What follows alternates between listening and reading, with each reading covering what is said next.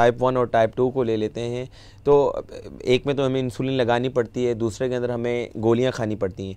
अच्छा, इनका जो इनकी कॉम्प्लिकेशंस हैं, जो इनमें कॉन्सिक्वेंसेस होते हैं, वो कितने कितने अरसे बाद पाए जाते हैं? जैसे अगर किसी को टाइप 1 हो गई है तो कितने अरसे बाद मुमकिन है कि उनको दिल की, गुर्दों की या दिमाग की बीमारी हो सकती है? और टाइप 2 के अंदर भी बता दें कि उनमें कितने कितने अरसे के बाद इनमें ये इस तरह की कॉम्प्लिकेशंस डेवलप हो सकती हैं? एवरेज अगर टाइम पूछे ना, एवरेज जाहिर है कि कुछ तो 10 साल टाइप 1 में, टाइप 1 में 10 साल के बाद कॉम्प्लिकेशन स्टार्ट होती हैं एवरेज। टाइप 2 में उससे पहले हो सकती हैं। क्यों कि टाइप 2 कई साल जिस्म में छुपी रहती है, पता ही नहीं लगता है, पता नहीं चलता, तो मरीज को पता नहीं है। वो आधा काम खराब कर चुकी होती है और आधा हो सकता है कभी बिल्कुल भी खराब कर चुकी है। कई रिसर्च हो चुकी हैं। एक रिसर्च हुई थी कि 19% जो टाइप 2 के पेशेंट होते हैं उनको पेरिफेरल न्यूरोपैथी या ऐसा भी कमजोरी शुगर डायग्नोज होने के टाइम हो चुकी होती है। ओके,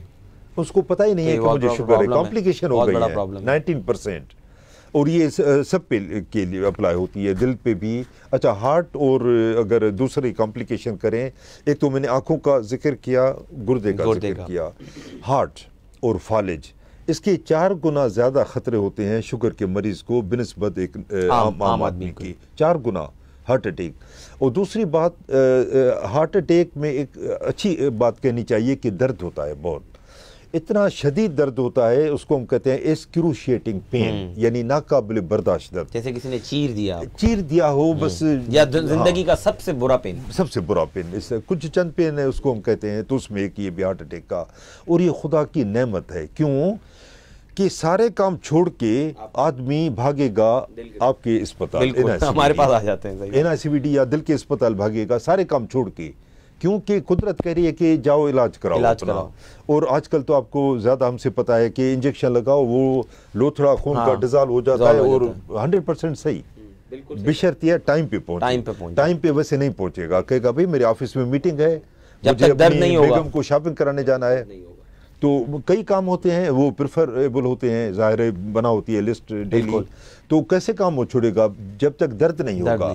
अब शुगर है पेन लेस बीमारी, तो उसकी लोग परवाह नहीं करते, दर्द भी नहीं होता अटैक के दौरान, तो ये एक और प्रॉब्लम है। बिल्कुल, तो हार्ट अटैक उनका साइलेंट होता है, तो वो उनकी सडन, पता चलता है ना, सडन डेथ हो गई, ये एक्चुअली हार्ट अटैक होता है जिसका दर्द नहीं हुआ उसको। तो आखिर इसकी ऐसे थोड़ा सा बता दें, जैसे अभी आपने पहले पाँव की भी बात की कि फीट कॉम्प्लिकेशन हो जाती हैं, वुंड्स होते हैं वो हील नहीं होते, बहुत सारे लोगों को पता ही नहीं लगता कि मुझे इन्फेक्शन हुआ है, वो इन्फेक्शन चलता रहता है। तो ये थोड़ा सा बताएं कि आखिर पेन रिसेप्टर्स के साथ ऐसा क्या होता है कि वहाँ पे शुगर जो है उसको साइलेंट कर देती है? देखिए, पेन जो महसूस करने वाली नसें होती हैं, नर्व्स होती हैं, वो डैमेज हो जाती हैं। अच्छा, बिल्कुल, तो वो नर्व्स को डैमेज कर, ये बड़ा मशहूर वर्ड है, डायबिटिक पेरिफेरल न्यूरोपैथी। इसकी 3 किस्में होती हैं। एक वो होती है जिसमें कोई दर्द होता ही नहीं है, आप कील चुभोते हैं थ्रू एंड थ्रू पाँव में, उसको पता ही नहीं लगेगा, ठोक दें हथौड़े से, उसको पता ही नहीं, आराम से बैठेगा। कितनी बड़ी बात है। हीटर के सामने पाँव पड़ा हुआ है, जल रहा है, उसको आराम से अखबार पढ़ता रहेगा, पता चला पाँव जल गया। साइकिल के ये तो आम चीज है, साइलेंसर के ऊपर पाँव पड़ा हुआ है, आपको पता नहीं है, और पता चला कि घर आके कि ये तो जल गया है पूरा पाँव, पता ही नहीं है उसको। इसको कहते हैं anaesthetic type of peripheral neuropathy, दर्द नहीं होता। ये मरीज के लिए तो शायद इसलिए बेहतर है कि दर्द नहीं है, मगर सबसे खतरनाक यही होता है। उसका तरीका ये कि डेली सोने से पहले अपने पाँव को चेक करें, कहीं कोई चीज तो पता चल जाएगा ना कि क्या खराबी है। जूते जब पहने तो हाथ डाल के पहले देखें कोई कंकर या कील तो नहीं है। नाखून काटें तो शावर लेने के बाद, नहाने के बाद नाखून काटें, ताकि बहुत ज़्यादा सॉफ्ट हो जाएं और बहुत ज़्यादा न कट जाएं। तो ये कुछ प्रिकॉशनरी मेजर है। तो एक है अनेस्थेटिक टाइप, बहुत ज़रूरी है। एक है हाइपर एस्थेटिक टाइप, ये मरीज के लिए बड़ी ख़राब है। क्यों कि उसमें ऐसे लगता है कि मेरे पाँव आग में जल रहे हैं, लिटरली। और ये बहुत कंप्लेन करते हैं लोग कि डॉक्टर साहब सोते हो तो हमारे पाँव जलते हैं। मैंने देखा है लोग वो जो रस्सियां बांधते हैं उसको करने के लिए पता नहीं क्या क्या, कीमो के पास जाते हैं, पता नहीं क्या क्या करते हैं। बिल्कुल, दर्द की नशेआवर दवा खाते हैं, पता नहीं क्या। ये इसको कहते हैं हाइपर एस्थेटिक, यानी पाँव जलते हैं, दर्द होती है, शदीद दर्द। मगर ये अच्छी बात है। रीज़न ये कि पेशेंट डॉक्टर के पास जहाँ दर्द होगा डॉक्टर के पास जाएगा, दर्द नहीं होगा।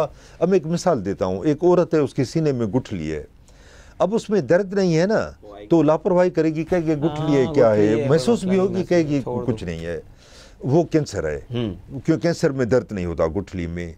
अगर वही गुठली औरत के सीने में दर्द करेगी तो औरत फौरन डॉक्टर के पास जाएगी या कुछ भी हेल्प लेगी। बहरहाल वो एब्सेस है जो 5 दिन की या 10 दिन की एंटीबायोटिक से जड़ से ख़त्म हो सकती है।